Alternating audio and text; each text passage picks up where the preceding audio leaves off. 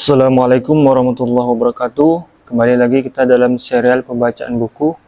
Kali ini kita akan membaca majalah Al-Wa'i edisi Oktober 2024. Judul Propaganda Kekufuran dalam Kunjungan Paus, ditulis oleh Farid Wajdi. Kunjungan Paus Fransiskus baru-baru ini ke Indonesia tak pelak menuai kontroversi. Berawal dari surat yang dikeluarkan Kominfo tentang permintaan untuk merubah azan menjadi running text dalam acara live Misa Akbar di Stadion Gelora Bung Karno, misa ini disiarkan oleh hampir semua televisi. Kegiatan bersama di seputar Masjid Istiqlal yang diisi dengan pembacaan Al-Quran dan Injil pun disorot. Kunjungan Paus ke Indonesia jelas bukan sekedar kunjungan keagamaan belaka. Pasalnya, selain pemimpin gereja Katolik dunia, Paus juga kepala negara Vatikan. Kunjungan kepala negara pastilah bermotif politik langsung atau tidak. Bukanlah tanpa maksud mengapa Obama saat menjadi presiden Amerika memilih Mesir dalam kunjungan pertamanya ke Timur Tengah. Di sana, Obama mempropagandakan ideologi kapitalisme, menyerukan demokrasi dan moderasi. Jelas ini motif politik. Sama halnya dengan kunjungan kedatangan pemimpin negara Vatikan ini pastilah bermotif politik. Antara lain upaya memastikan dan mengokohkan sekularisme di Indonesia. Apalagi Indonesia adalah salah satu negeri mayoritas muslim terbesar di dunia. Walaupun tidak langsung bicara sekularisme, tampak propaganda pluralisme, sinkretisme, termasuk ide moderasi beragama, toleransi, perdamaian yang menjadi arus utama opini menguat saat kunjungan Paus. Itulah nilai yang terus di-blow up saat kunjungan Paus. Hal ini tentu sejalan dengan kepentingan negara-negara barat imperialis seperti Amerika Serikat. Barat selalu memastikan negeri Islam ini sekuler. Ini penting untuk mempertahankan penjajahan mereka melalui adopsi ideologi kapitalisme. Sekulerisme sekaligus menjadi alat politik Amerika dan sekutu baratnya untuk menjatuhkan kaum muslim dari penerapan ajaran Islam secara kafah, apalagi dalam sebuah negara. Sekularisme memastikan agama hanya untuk mengatur urusan individu, tidak campur tangan dalam masalah kenegaraan, politik, ekonomi, atau pendidikan. Adapun pluralisme, dengan membajak slogan Bhinneka Tunggal Ika, telah menjadi nilai propaganda barat untuk merusak keimanan seorang muslim. Pluralisme menjadi alat politik untuk mencegah penerapan syariah Islam dengan alasan kita kan beragam. Penerapan syariah Islam dianggap ancaman keberagaman. Tidak hanya itu, gagasan pluralisme sampai pada upaya penyatuan agama. Mereka menyatakan semua agama itu sama baiknya, sama-sama mengajak untuk kebaikan dan menyembah Tuhan. Tidak boleh satu agama pun yang mengklaim dirinya paling benar, termasuk Islam. Setelah itu, mereka akan menuding siapapun yang menganggap agamanya paling benar adalah bibit intoleransi, radikal, dan ujung-ujungnya selangkah menjadi teroris. Inilah pola berulang yang digunakan musuh-musuh Islam untuk merusak akidah umat dan menjauhkan umat dari syariah Islam.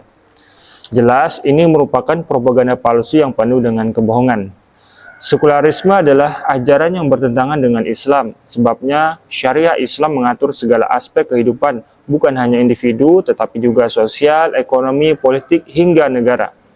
Islam adalah ajaran untuk seluruh umat manusia, agama yang rahmatan lil alamin.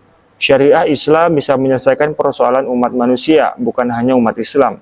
Penerapan syariah Islam tidak mensyaratkan seluruh penduduknya beragama Islam. Pada masa Rasulullah SAW dan para khalifah setelahnya, rakyat daulah Islam bukan hanya Muslim, tetapi juga ada yang beragama Kristen, bahkan Yahudi. Namun, semuanya tunduk pada ajaran Islam yang mulia. Keragaman diakui oleh Islam dan tidak dihilangkan. Namun, keragaman itu diatur berdasarkan syariah Islam. Tidak mengherankan kalau pusat-pusat kekhilafahan dan kota-kota besarnya menjadi tempat perlindungan yang harmonis antar umat beragama, seperti di Palestina, Andalusia Spanyol, Suriah, Irak, maupun Mesir. Isu perdamaian yang dibawa Vatikan juga penuh dengan omong kosong. Memang dalam beberapa kesempatan, Vatikan berbicara tentang perdamaian di Palestina. Namun, perdamaian tanpa bisa menghentikan kejahatan genosida yang dilakukan entitas penjajah Yahudi yang didukung penuh Amerika adalah omong kosong. Bahkan, pihak Vatikan menghindar untuk menyatakan yang terjadi di Palestina adalah genosida. Vatikan juga tidak secara terbuka mengecam kejahatan Amerika yang menebar perang dan pertumpahan darah di seluruh dunia, termasuk di Palestina, dengan mendukung penjajah Yahudi itu sebagai harga mati. Bantuan kemanusiaan saja tidaklah cukup untuk menghentikan peperangan. Inilah yang tidak bisa, bahkan tidak mau dilakukan oleh Vatikan. Tentu yang paling berbahaya, kedatangan pemimpin Vatikan itu menjadi propaganda kekufuran.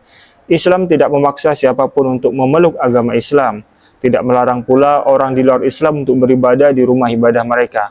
Bahkan dalam perang pun Rasulullah SAW melarang untuk menghancurkan rumah-rumah ibadah. Namun bukan berarti Islam membolehkan penyebaran kekufuran secara terbuka, seperti melakukan misa bersama yang disiarkan secara langsung hingga mengorbankan azan di TV. Jelas, misa terbuka ini adalah syiar kekufuran yang dilarang dalam Islam. Bagaimana mungkin agama yang menyatakan Allah itu punya anak dibiarkan oleh negeri Islam seperti Indonesia menyebarluaskan kekufuran? Bukankah dalam Al-Quran Allah Subhanahu wa Ta'ala telah menunjukkan kemurkaan terhadap siapapun yang menyatakan Allah itu punya anak? Allah Subhanahu wa Ta'ala berfirman yang artinya, mereka berkata, Tuhan yang Maha Pemurah mengambil mempunyai anak. Sungguh, kalian telah mendatangkan sesuatu perkara yang sangat mungkar, hingga hampir saja karena ucapan itu langit pecah, bumi belah, dan gunung-gunung runtuh, karena mereka mendakwakan Allah yang Maha Pemurah mempunyai anak. Tidak layak bagi Tuhan yang Maha Pemurah mempunyai anak. Surat Maryam ayat 88-92. Secara khusus, lonceng gereja yang terdengar keras dianggap merupakan syiar kekufuran dilarang dalam Islam. Malik bin Anas radhiyallahu anhu menyatakan, ketika lonceng itu dibunyikan, maka kemarahan Allah Azza wa Jalla memuncak, sehingga para malaikat turun memegang setiap ujung bumi dan selalu mengatakan, katakanlah Muhammad, dialah Allah yang Maha Esa, Al-Ikhlas ayat 1, sampai kemarahan Allah itu reda. Lantas, bagaimana mungkin ada muslim, apalagi diklaim sebagai imam besar Masjid Ta'zim, kepada pemimpin agama yang membawa kekufuran ini? Ya Allah, kami telah sampaikan, saksikanlah.